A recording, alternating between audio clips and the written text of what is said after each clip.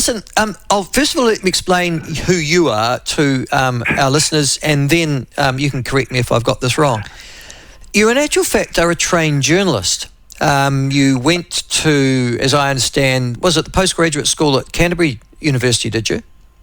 No, I went to the broadcasting school at the... from time to time I say that I went to a university, and my best mate, who's a plumber, says, get off your high horse, you went to Polytech just like I used to when I went over there for block courses. So yeah, just in the middle of Christchurch there, the broadcasting school at what was CPIT at the time, now known as ATA, Institute of Technology, just in the middle of Christchurch Centre there. So you originally trained as a journalist. You were a journalist for a wee while. You then end up in China with some sort of scholarship for 2 years. What were you? What, teaching English? What were you doing over there? No, yeah, I went through a period there in my early 20s, and the latter part of my 20s I've been back here on the West Coast with Minerals West Coast, and they've just sort of sped by. But the early part of my 20s I went to broadcasting school. I did study journalism. I then went and worked for Silverfern Farms for a little bit down in Dunedin. That was a sort of marketing and communications role. In between, I've done a bit of work here and there on dairy farms, guiding in South Westland as a tour guide in the wilderness down there. Where else? I spent a little bit of time doing pest control on Great Barrier Island just before going to China. Spent a couple of years studying actually Mandarin over there on a Prime Minister's scholarship for Asia, and then came back to the West Coast at the end of, I guess, my OE over in China. And it was funny, I was actually back for my sister's wedding before my last semester, so it was quite good to enjoy the New Zealand summer, having spent the same months of the previous year up in the north of China in the winter at about minus 30 degrees, so it was quite good to get the New Zealand summer in there.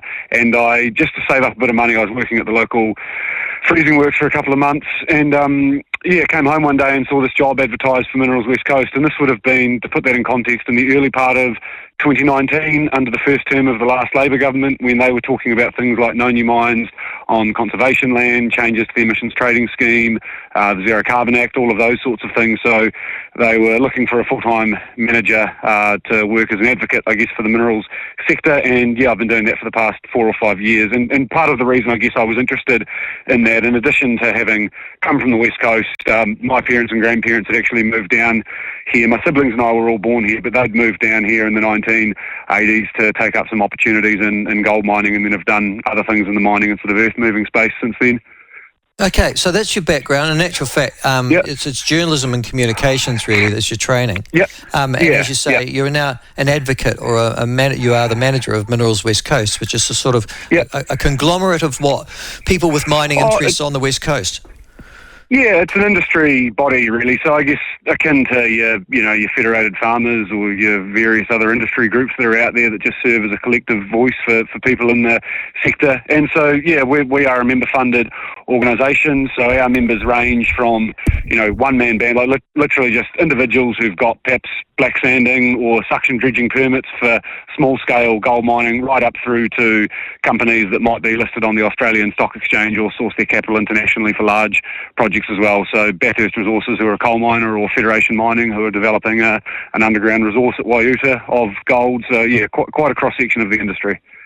But you're not just a pretty face, because at the last election, I'm glad you even say I'm a pretty face. Thank you. No one's ever said that, but carry on. Well, you're meant to be a pretty face in a job like that. I mean, it's sort of, front-end advertising. But you stood at the last general election. Now, listen to this. This man stood at the last general election in the West Coast Tasman seat. Now, West Coast Tasman's an unusual seat because it's got a lot of greenies at the Tasman end, and then obviously it's got the West Coast under it. You stood as an independent against Maureen Pugh, who is now elected, or has been re-elected in actual fact, as the Member of Parliament for West Coast, and Damien O'Connor, who'd been the Member of Parliament for West Coast Tasman since Yonks, basically.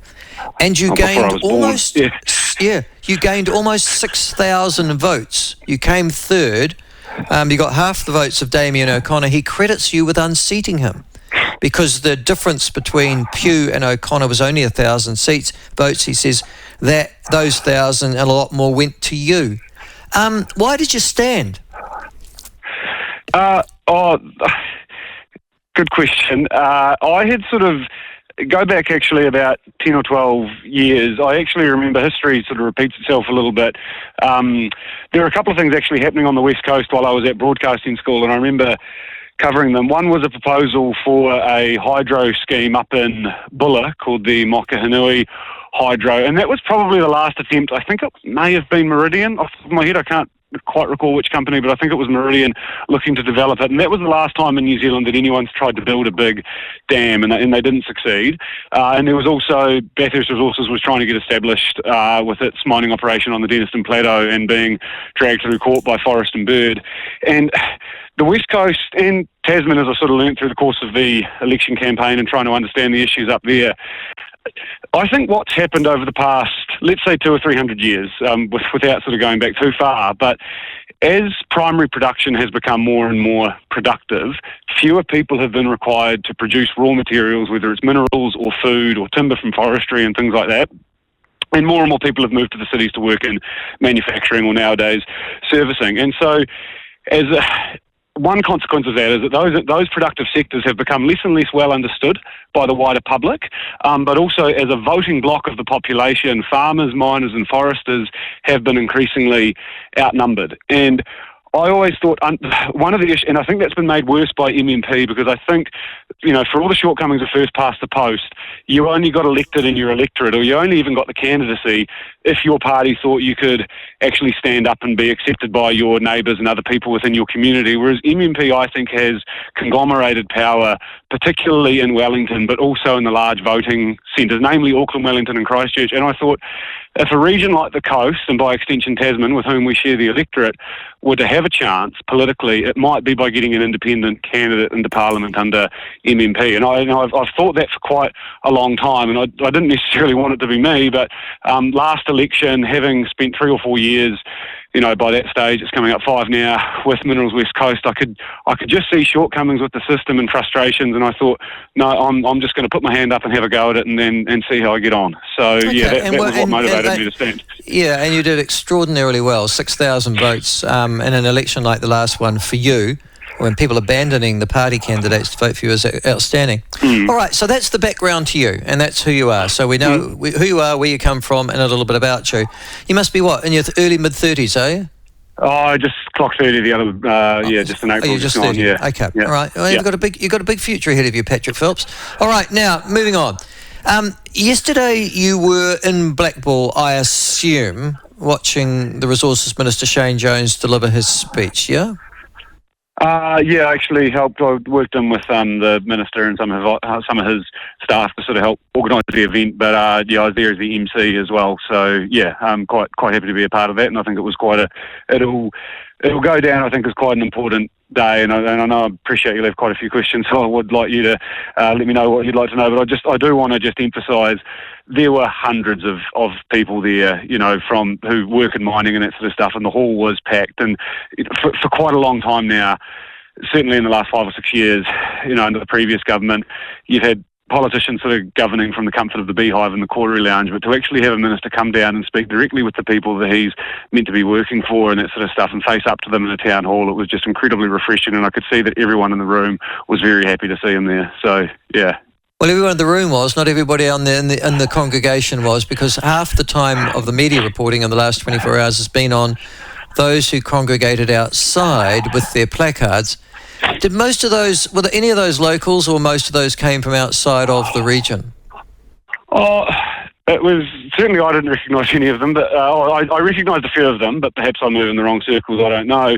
But to sort of put it in context, and some of it is perhaps deliberately malicious, part of it is just that the cameras don't always capture things particularly well, but I would guess there may have been at most 20 or 30 protesters, many of whom, as you noted, would have come from outside of the region, and they were outnumbered by, I would say, several hundred people who'd come there in support of the minister and what he had to say, and just in support of the mining industry generally. And in all honesty, I think the protesters left relatively early, mainly because they were disheartened by the fact that they were relatively obscure and irrelevant compared to the crowd that was there in support.